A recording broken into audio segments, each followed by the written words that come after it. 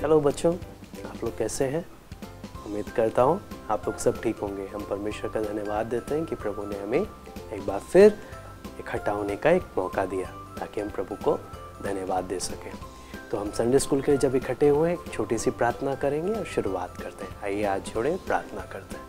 स्वर्गीय पिता प्रभु जी, हम आपको धन्यवाद देते हैं पिता, अभी तक आपने हमें संभाला परमेश्वर, आपने हम एक एक को संडे स्कूल में इकट्ठे होने के लिए मौका दिया प्रभु, इसलिए हम आपको धन्यवाद देते हैं। आपका वचन जब सीखने के लिए जा रहे हैं, हम एक एक से आप बात करें, समझने के लिए कृपा दें। सब बातों को आपके हाथ में सौंपते हैं।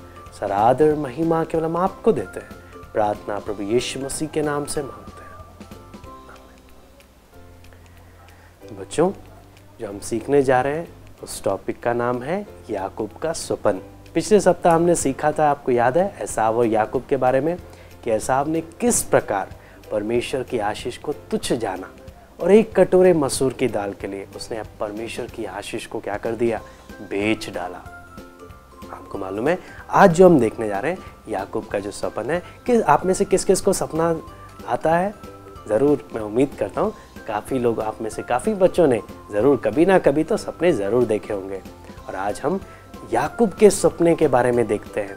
तो सपने में शुरुआत करने से पहले एसाव के पहलौठे के अधिकार को मालूम है याकूब ने धोखा देकर हथिया लिया था।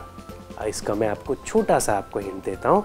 एक बार इसहाक, याकूब और एसाव के पिता जो इसहाक थे, तो इसहाक ने एसाव को बोला था कि तुम मेरे लिए कुछ अच्छा सा शिकार कर लेकर आना ताकि मैं उसे खाकर तुम्हें जी भर कर आशीष दूँ। लेकिन जब एसाव शिकार करने गया, याकूब ने चुपके से जाकर अपने भाई के कपड़े पहन लिए, बाल में उसके भेड़ बकरी के बाल लगा लिए, पूरा अपना भाई का नाटक करके पापा के पास गए। पापा को दिखाई नहीं देता था, काफ़ी उम्र हो गई थी उनकी।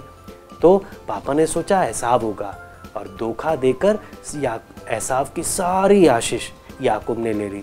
और वहाँ से भागकर याकूब कहाँ चला गया? अपने मामा लाबान के घर को भाग गया था।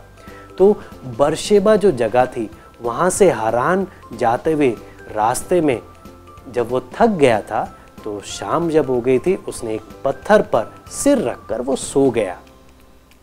तो सोते समय उसने सपने में देखा एक सीढ़ी है जो पृथ्वी से स्वर्ग तक जा रही है।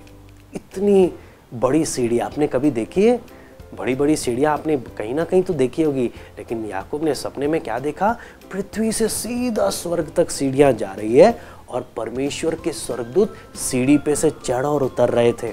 और सबसे ऊपर परमेश्वर उस सीढ़ी के सबसे ऊपर खड़ा था। तो परमेश्वर ने सपने में याकूब से क्या बोला? मैं अब्राहम और इसहाक का परमेश्वर हूँ, मैं तुझे आशीष दूंगा और यह भूमि मैं तुझे और तेरी संतान को हमेशा के लिए दे दूंगा। ये आशीष परमेश्वर ने वहाँ पर किसको दी? याकूब को दी। और याकूब ने जब सपने से उठा तो याकूब ने उस जगह का नाम क्या रखा? बेतेल। क्या नाम रखा? बेतेल। परमेश्वर ने वहाँ याकूब से क्या करी थी? बात करी थी और उसने परमेश्वर का दर्शन पाया था। इस कारण उस जगह का नाम याकूब ने बेतेल रखा। तो बच्चों, मैं अब आपको एक आयत बोलूँगा याद करने के लिए, आप मेरे पीछे पीछे बोलिएगा, ठीक है? मैं अपने कहे हुए को जब तक पूरा ना कर लूं, तब तक तुझको ना छोड़ूंगा। एक बार फिर से, मैं अपने कहे हुए को जब तक पूरा ना कर लूं, तब तक तुझको ना छोड़ूंगा। Very good. ये कहाँ पे लिखा है? उत्पत्ति 28 का 15। कहाँ पर? उत्पत्ति 28 का 15। तो बच्चों, मैं आपसे अब सवाल पूछता हूँ, देखता हूँ आप में से किस किस को ये कहानी अच्छे से समझ में आई है। तो सबसे पहला सवाल है मेरा, कौन लाबान के घर को भाग गया था?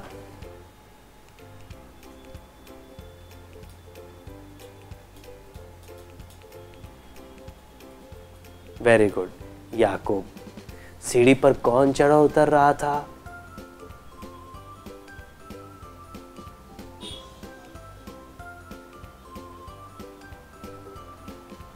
वेरी गुड, सीढ़ी पर परमेश्वर के स्वर्गदूत चढ़ उतर रहे थे। सीढ़ी के सबसे ऊपरी छोर पर कौन खड़ा था?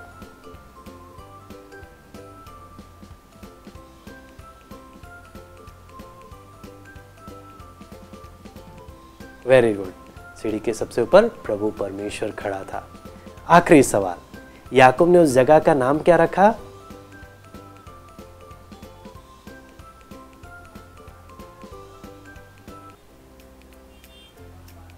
वेरी गुड, बेतेल याकूब ने उस जगह का नाम रखा। आइए बच्चों, अब हम प्रार्थना करते हैं। आप मेरे पीछे पीछे बोलिए, उसके बाद हम समाप्त करते हैं।